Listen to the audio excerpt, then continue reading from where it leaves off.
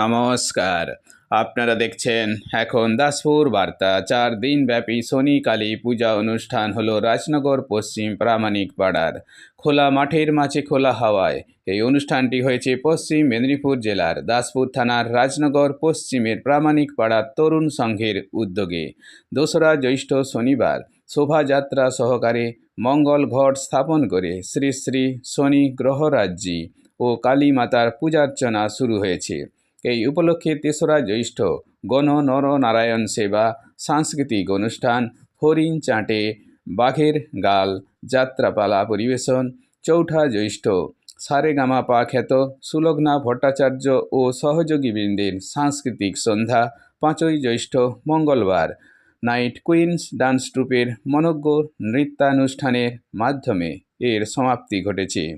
সকল মানুষের সার্বিক মঙ্গল কামনায় এই বার্ষিক অনুষ্ঠানে পূজা কমিটির পক্ষ থেকে আগামী দিনে আরও সামাজিক পরিষেবা সহ একে প্রসারিত করানোর বার্তা দেওয়া হয়েছে। রাজনগর পশ্চিম থেকে আমাদের সংবাদদাতা শ্রীকান্ত কদমের সৌজন্যে রিপোর্টে শ্যাম সুন্দর দলই। Like and follow with subscribe এখন দাসপুর বার্তা।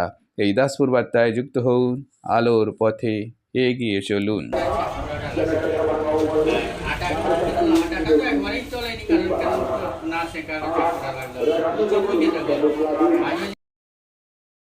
নমস্কার, রাজনগর তরুণ সংঘ ক্লাবের পক্ষ থেকে সবাইকে আন্তরিক প্রীতি শুভেচ্ছা ও একরাশ ভালোবাসা জানাই। আমরা এই গ্রীষ্মের প্রচণ্ড তাবদহে সমস্ত প্রাণীকুল যখন ওষ্ঠাগত, এই রুদ্র পরিবেশে প্রকৃতি ধরিত্রীর বুকে আজ আমরা গহরাজ্যী ও কালীমাতার পুজোয় আমরা আরাধনায় ব্রতী হয়েছি।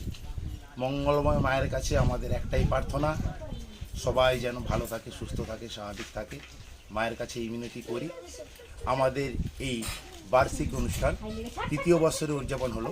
এটাকে নিয়ে 3য় বৎসর। প্রথম বৎসর আমরা সাড়ম্বরী অনুষ্ঠান করেছিলাম, 5-6 দিনের অনুষ্ঠান ছিল। 2য় বৎসর আমাদের এক অঘটন ঘটে যাওয়ার কারণে আমরা সেইভাবে কিন্তু অনুষ্ঠানটা করতে পারিনি, কারণ আমরা সবাই বাগরুদ্ধ হয়ে গেছিলাম। আমাদেরই এই ক্লাবেরই একজন সদস্যকে, আমার ভাতৃপ্রতিম ভাই হয় সম্পর্কে, তাকে আমরা অকালে হারিয়েছি। তার আত্মার শান্তি কামনা করি। এই বছর আমরা মূল সত্যিই ফিরে এসেছি। প্রথম বছর যেই জমকপূর্ণ আমাদের অনুষ্ঠান হয়েছিল, এবছরও সেরকমই কর্মসূচি রয়েছে। পুজো নিয়ে 4 দিন।